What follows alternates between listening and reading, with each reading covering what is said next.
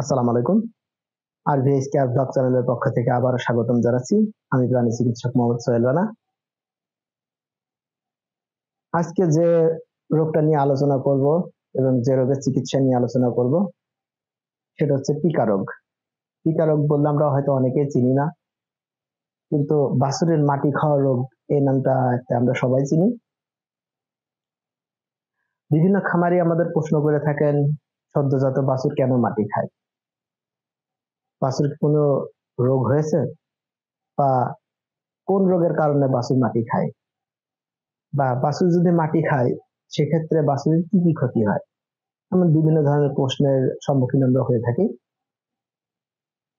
আজ আমরা এই বাছুরের মাটি খাওয়া রোগ নিয়ে আলোচনা করব এবং এর প্রথম থেকে শেষ পর্যন্ত যত রকম চিকিৎসা আছে সব নিয়ে আলোচনা করব। অনুগ্রহ করে আমার ভিডিওটি স্কিপ করবেন না, প্রথম থেকে শেষ পর্যন্ত ধৈর্য সহকারে দেখুন। ইনশাল্লাহ বাছুরের এই ধরনের সমস্যার আপনি নিজেই চিকিৎসা করতে পারবেন। আর আপনি যদি আমার চ্যানেলে নতুন হয়ে থাকেন তাহলে অবশ্যই চ্যানেলটাকে সাবস্ক্রাইব করবেন, পাশে থাকা বেল বাটনটি বাজিয়ে রাখবেন যেন পরবর্তী ভিডিও নোটিফিকেশন আপনারা পেতে পারেন। সেই সাথে সাথে অবশ্যই শেয়ার দিবেন।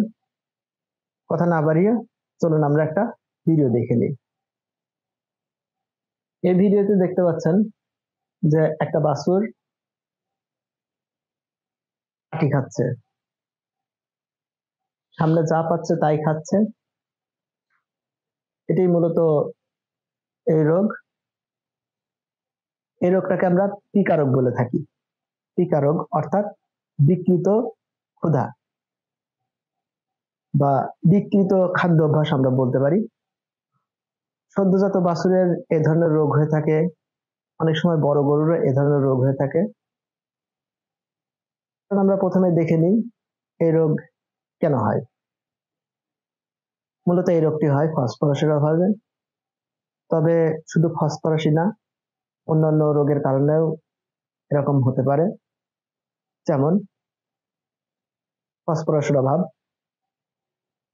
তৃতীয়ত, ক্যালসিয়াম ফসফরাসের কম্বিনেশন যদি ঠিক না হয়।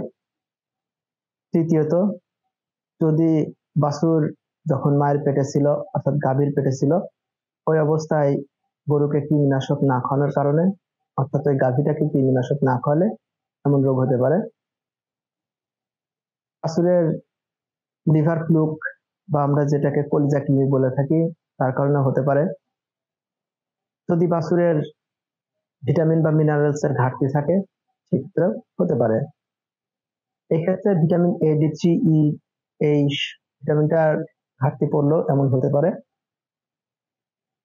আমরা দেখে নিই এই রোগটি, অর্থাৎ বাছুর যদি মাটি খায় তাহলে বাছুরের কি কি সমস্যা দেখা দেয়। প্রথমত, বাছুর শুধু মাটি খাবে না, মাটির সঙ্গে গোবর, গরুর প্রস্রাব, ছাই, বালি, মাটি, পচা কাদা, এমনকি পলিথিন বা এই জাতীয় জিনিসও খেতে পারে। দ্বিতীয়ত, বাছুরটির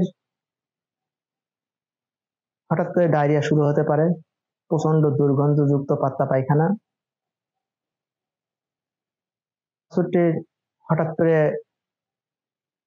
চোখ দিয়ে পানি পড়া দেখা যেতে পারে, তীব্র প্রকার ডায়রিয়া হতে পারে, ক্ষুধা মন্দা দেখা দিতে পারে, এমনকি পেটের পীড়াও দেখা দিতে পারে। তাহলে চলুন আমরা দেখে নিই এ রোগের চিকিৎসা কিভাবে দিব। প্রথমেই বাছুরটার আগে কৃমি দমনের ব্যবস্থা করতে হবে। বাজারে অনেক কৃমিনাশক সিরাপ কিনতে পাওয়া যায়। বাছুরের বয়স যখন 2 সপ্তাহ হবে অর্থাৎ 14 দিন হবে, 14 দিনের দিন কৃমিনাশক সিরাপ 15 ml। যদি বাছুরের ওজন 20 থেকে 25 কেজি হয় তাহলে 15 ml কৃমিনাশক যে কোনো সিরাপ খাওয়াই দিবেন। আবার ঠিক 4 সপ্তাহ বয়সে আবার 15 ml কৃমিনাশক সিরাপ খাওয়াতে হবে। এর সঙ্গে সঙ্গে আপনাকে দিতে হবে ভালো একটা কোম্পানির লিভার টনিক। আমি লিভার টনিক নিয়ে এর আগে আলোচনা করেছি, আই বাটনে আমি এর লিঙ্ক দিয়ে দিব অথবা ডেসক্রিপশনে লিঙ্ক দিয়ে দিব। লিভার টনিক কি, কিভাবে কাজ করে এটা দেখার জন্য ভিডিওটা দেখে আসতে পারেন। তারপর বাছুরকে vitamin A, D, 3, E syrup অথবা ইনজেকশন পুশ করতে হবে। যদি সিরাপ খান তাহলে 20 থেকে 25 কেজি ওজনের একটা বাছুর জন্য 10 থেকে 15 ml। যদি ইনজেকশন দেন তাহলে 15 থেকে 25 কেজি ওজনের বাছুরের জন্য 2 ml থেকে 3 ml vitamin A, D, 3, E injection 5 দিন পর পর দিতে হবে।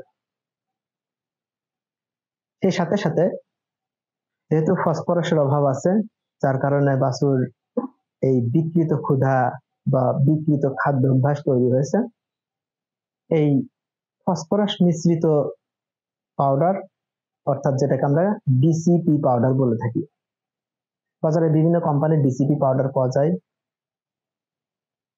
ডিসিপি বুস্ট, ডিসিপি গোল্ড বা এরকম অনেক পাউডার পাওয়া যায়।